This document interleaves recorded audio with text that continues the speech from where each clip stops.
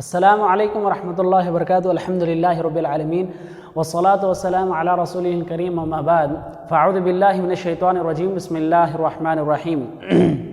رب اشرح لی صدری ویسر لی امری واحلل عقدۃ من لسانی یفقہوا قولی. آؤ قرآن سیکھیں آسان طریقے سے. میں شیخ محمد زید جامعہ دارالسلام کا طالب علم اس بات کی مکمل کوشش کروں گا کہ آپ کے کم وقت میں آسان طریقے سے قرآن سکھاؤں.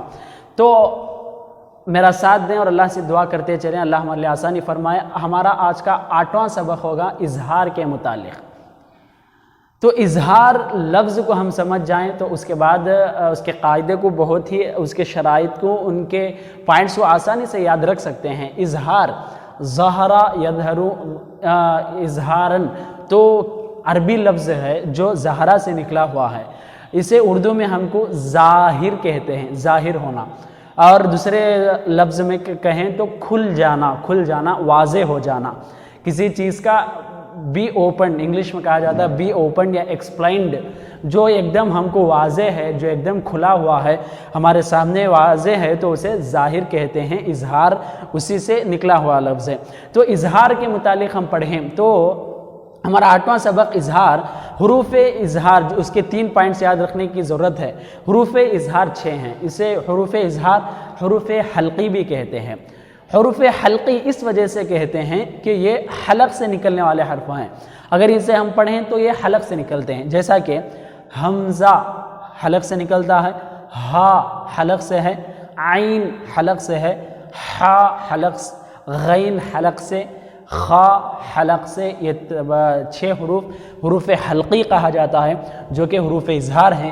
حروف حلقی اس وجہ سے کہتے ہیں کہ یہ حلق سے نکلتے ہیں اور حروف اظہار کو یاد رکھنا چاہیے کہ 6 ہیں. دوسرا پوائنٹ آپ کو یاد رکھنا یہ ہے کہ حروف حلقی تنوین اور نون ساکن کے بعد آئے تو ہی اظہار کا قاعدہ ثابت ہوتا ہے. تنوین اور نون ساکن کے بعد آنا شرط ہے. تنوین نون ساکن کے بعد اگر ان حروف سے پہلے تنوین 2 زبر 2 زیر 2 پیش یا نون ساکن نون کے پر جزم ہو یا تنوین یا نون ساکن نہ ہو, وہ چھوڑ کر دوسرے حروف ہوں تو وہاں پر اظہار کا قاعدہ ثابت نہیں ہوتا. تنوین نون ساکن کے بعد آئیں تو اظہار کا قاعدہ ثابت ہوتا ہے. اور اسے پڑھنے کا طریقہ کیا ہے؟ غنہ کے بغیر ظاہر کر کے پڑھنا چاہیے. یعنی آواز کو نہیں رکانا چاہیے, نہیں دبانا چاہیے. غنہ کہتے ہیں اپنی آواز کو, اپنی ہوا کو ناک میں تھوڑی دیر کے لیے دبا کر پڑھنا. اس طرح نہ ہو بلکہ ظاہر کر کے پڑھنا چاہیے. اس کی مثالیں دے کر آپ کو سمجھاؤں تو بہت ہی آسانی سے سمجھ میں آ جاتا ہے. اس کی مثالیں کیا ہیں؟ مثالیں اس طرح ہیں جیسا کہ حمزہ ہا عین ہا غین خا ہر ایک کی میں تنوین کی بھی مثال دیا ہوں اور نون ساکن کی مثال جمع کرنے کی کوشش کیا ہوں. تو تنوین کے بعد اگر حمزہ آئے تو اسے ظاہر کر کے پڑھیں. کیسا؟ طا یا زبر طی را دو زبر رن تنوین کہتے ہیں طیرن. اس کے بعد کا لفظ حمزہ آیا ہے طیرن ابا, طیرن ابابیل. غنہ نہیں کرنا چاہیے, ظاہر کرنا چاہیے. طیرن ابابیل. یہاں پر نون ساکن کے بعد حمزہ آیا ہے میم نون زبر من حمزہ زبر آ من اذینا من اذینا. حروف اظہار 6 یاد رکھیں اور اسے پڑھنے کا طریقہ اس طرح ہوگا.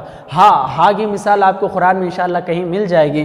آپ نون ساکن کی مثال کہ تنوین ہو یا نون ساکن کے بعد ہا آئے. میم نون زیر من, ہا پیش ہو, من ہو. تو من پڑھنا, نون کو ملانا چاہیے اور ہا کو ظاہر کرنا چاہیے. من ہو خطابا. عین کی مثال دیکھیں تو تنوین کی مثال کہ یومئذن زال 2 زیر دن تنوین آیا ہے. تنوین کے بعد کا حرف عین آیا ہے تو عین حروف اظہار میں سے ہے, حروف حلقی میں سے ہے. اس وجہ سے اسے ظاہر کریں یومئذن علیہا, یومئذن علیہا. اسی طرح نون ساکن کے بعد بھی عین آیا ہے میم نون زیر من عین ہے اور نون عین حروف اظہار میں سے ہے من عین. ہا جب تنوین یا نون ساکن کے بعد آئے تو ظاہر کریں. جیسا نارن حامیہ, نارن 2 پیش تنوین کہتے ہیں. تنوین کے بعد ہا آیا ہے نارن حامیہ. اس کے بعد غین کے آپ کو تنوین کی مثال ہے اور نون ساکن کی بھی مثال ہے کہ عذابن. دو پیش آئے ہیں، دو پیش تنوین کہتے ہیں، دو پیش کے بعد غین ہے اور غین حروف حلقی میں سے ہے، تو اسے ظاہر کر کے پڑھیں عذاب غلیظ، عذاب غلیظ۔ اسی طرح نون ساکن کے بعد بھی غین آیا ہے، میم نون زیر من غین زبر غا، من غیری، من غیری، اس طرح پڑھنا چاہیے۔ خا کی بھی مثال کہ خا کی تنوین اور نون ساکن کی مثال، تنوین نون ساکن کے بعد خا ہے تو اسے ظاہر کر کے پڑھیں ذرۃ خیرا یرہ، ذرۃ تا دو زیر تین تنوین ہے، اس کے بعد خا آیا ہے ذرۃ خیرا یرہ۔ لیمن خشیہ، میم نون زبر من، تو نون ساکن کے بعد کا حرف خا ہے، لیمن خشیہ۔ تو بہت آسان کا طریقہ ہے، بہت آسان قاعدہ ہے کہ حروف حلقی 6 یاد رکھیں، تنوین نون ساکن کے بعد یہ حروف آئیں تو ظاہر کریں، غنہ نہ کریں، اتنا ہی قاعدہ بہت آسان ہے۔